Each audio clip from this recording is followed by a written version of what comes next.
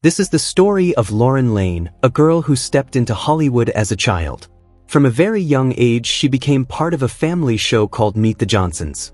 But years later, Lauren's life is completely changed. Outside her house, the press is gathered because a hacker broke into Lauren's iCloud and leaked her private photos online. One of those photos is a positive pregnancy test. The whole world wants to know who the father is. To get away from the noise and calm her nerves, Lauren prepares to leave for a quiet Airbnb deep in the woods. Her assistant Grace fools the media with a decoy car and sneaks Lauren out the back gate. Lauren gets a call from her agent. At first, the agent comforts her, promising they will find the hacker. But soon the agent suggests Lauren tell everyone the test is fake, and Lauren refuses to talk. Her mother calls next. She is ashamed and says friends are talking. Lauren snaps back and tells her to stop spending Lauren's money on those so-called friends and their parties. Lauren reaches the secluded Airbnb. It is a peaceful place and she feels relieved. What she does not know is that the house has hidden cameras. A man watching those cameras recognizes her. His name is Marcus. He knows she is a famous actress. Despite her assistant's warning, Lauren connects to the Airbnb Wi-Fi and opens the news. She had grown up on that family show, but in reality her on-screen father, Peter Johnson, had been more than a father to her. The child is his. Meanwhile, Marcus lives there with his uncle Darren and a roommate named Merg. Marcus takes care of the Airbnb. The three of them are short on cash. Darren asks Marcus if any guests have come, and Marcus says no. Darren tells him to stay away from the property because Darren needs a job to cover their expenses. Peter calls Lauren at the Airbnb. He asks where she is, but Lauren will not say. Peter puts on a sweet tone, telling her he must handle things carefully so their lives, their image, their relationship, and their show do not get ruined.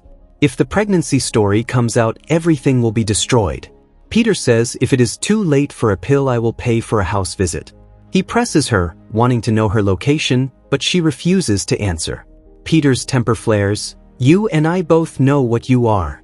Now all of America will find out. Hearing Peter's harsh tone, Lauren hung up the call. Peter was the one already married with children, and because of Lauren's pregnancy, everything would be ruined. His show and his entire existence were now in danger. In front of Peter sat a man named Croft. He told him, "You pay me and everything will be taken care of." Croft was talking about killing Lauren, staging it to look like she had grown tired of everything, taken drugs alone in a remote place, and died of an overdose.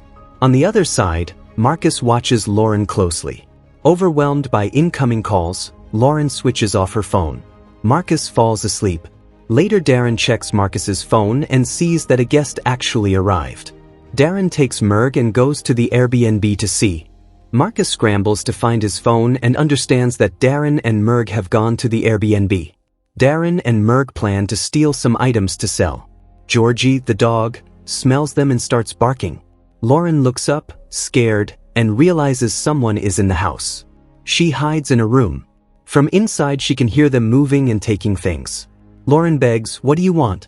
Darren tells Merg, "We have nothing to do with her, just grab the stuff and get out." But Merg doesn't listen. He wants to scare Lauren so she won't tell anyone. But then Marcus appears and confronts them, saying this girl is very famous and they should not be doing this. Lauren, terrified, tells them to take everything, she will not tell anyone. Merg moves to open the door, but Marcus and Darren try to stop him. In the struggle, Merg's gun goes off. The bullet hits Marcus. Panic takes over. They all know they cannot go to jail. Darren, crying, says, "Just do it." Merg shoots Marcus in the head. Darren then lashes out at Lauren, blaming her, shouting that this is her fault and that he should kill her too. Darren, in a rage, broke the doorknob. Merg says they will go get cleaning supplies and come back to clean everything up. After they leave, the broken doorknob traps Lauren inside. She cannot get out. Lauren shoved at the door, trying to force it open, but the effort only hurt her. She screamed for help, calling out her dog's name, Georgie, but Georgie had run off. The next morning, Lauren woke up. The room had only a water heater and a single bulb with bad wiring. She managed to light that faulty bulb. She put a hand to her stomach and began to cry. Then she heard the sound of running water in a pipe. She stood and started knocking on the walls, searching for a hollow spot. When she found one, she began to break through. The bulb went out. When she touched it, she felt a jolt of electricity. She was thirsty. Remembering what her assistant had taught her, she took a deep breath to steady herself. Through the wall, she heard a scurrying of a rat. But she could not break the wall with bare hands. Outside, Georgie limped along. Behind the house, Merg and Darren returned.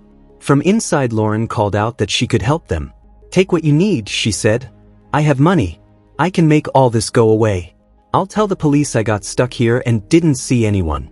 I'll say your nephew was chasing me and in the struggle his gun went off. He was in a bad state. He put the gun in his mouth and started talking about his mother. At the end he just said, 'I am sorry.'" Lauren said she was an actress and would make everyone believe her story. Merg refused to trust her. Darren began to bang on the door. Merg fired shots at the door. But the bullets ricocheted and struck Merg in the head and Darren in the shoulder. Lauren cried from inside, "I'm pregnant, don't leave me like this." Injured, Darren staggered away and collapsed at the hospital, losing consciousness. After which Lauren stirred again because of the rat. She tried to turn the bulb back on, but the wiring still had power coming through. She found a metal pipe and used it to kill the rat. She lay back down. Hallucinations began to set in.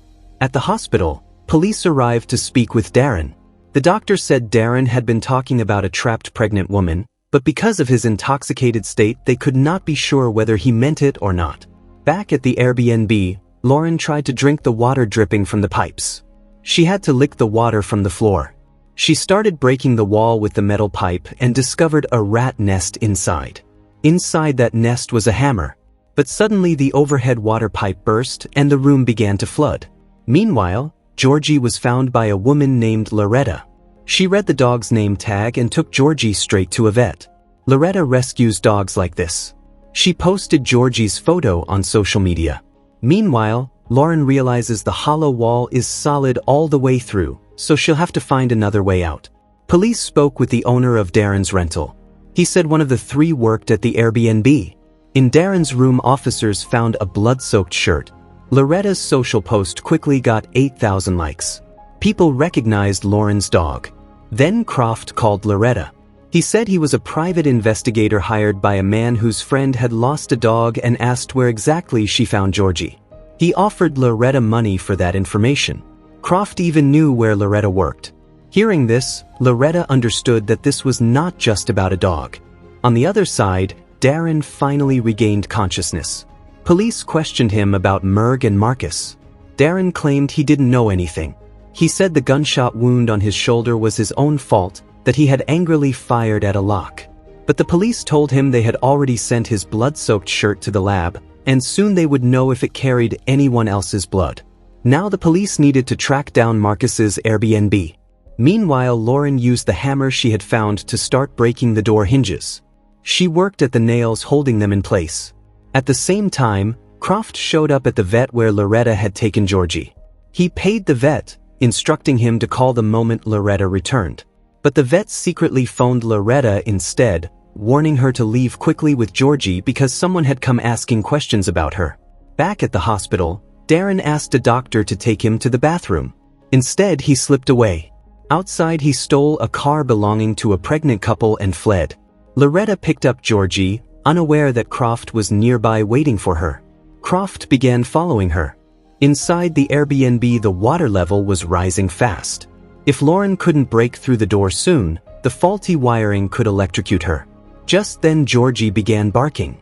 He jumped from Loretta's car and ran straight toward the Airbnb. By then Darren had already reached the Airbnb. Loretta, following Georgie, realized his owner must be inside. But the water inside had already risen over Lauren's head. She was struggling underwater, trying to force the door open. Outside, Darren grabbed Loretta. But Croft appeared and shot Darren dead.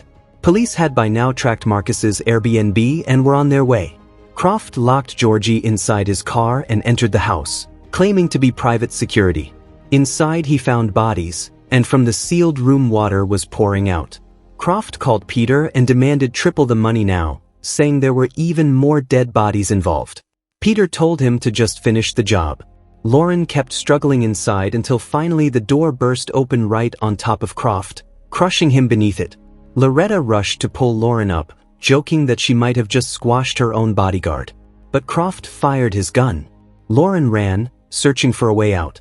Loretta tried to fight him, but Croft knocked her unconscious with a punch. Lauren stayed hidden, waiting for her chance.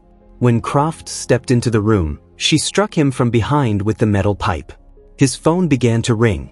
She picked it up and heard Peter's voice, and in that moment she realized Peter had been the one trying to have her killed all along.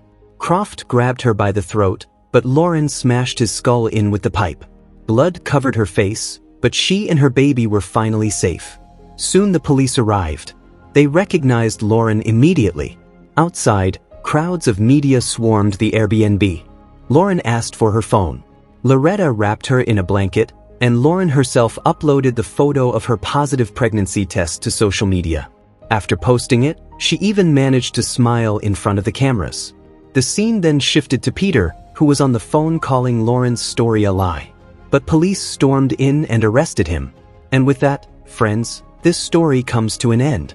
Tell us in the comments how you liked this explanation, and don't forget to like the video and subscribe to the channel.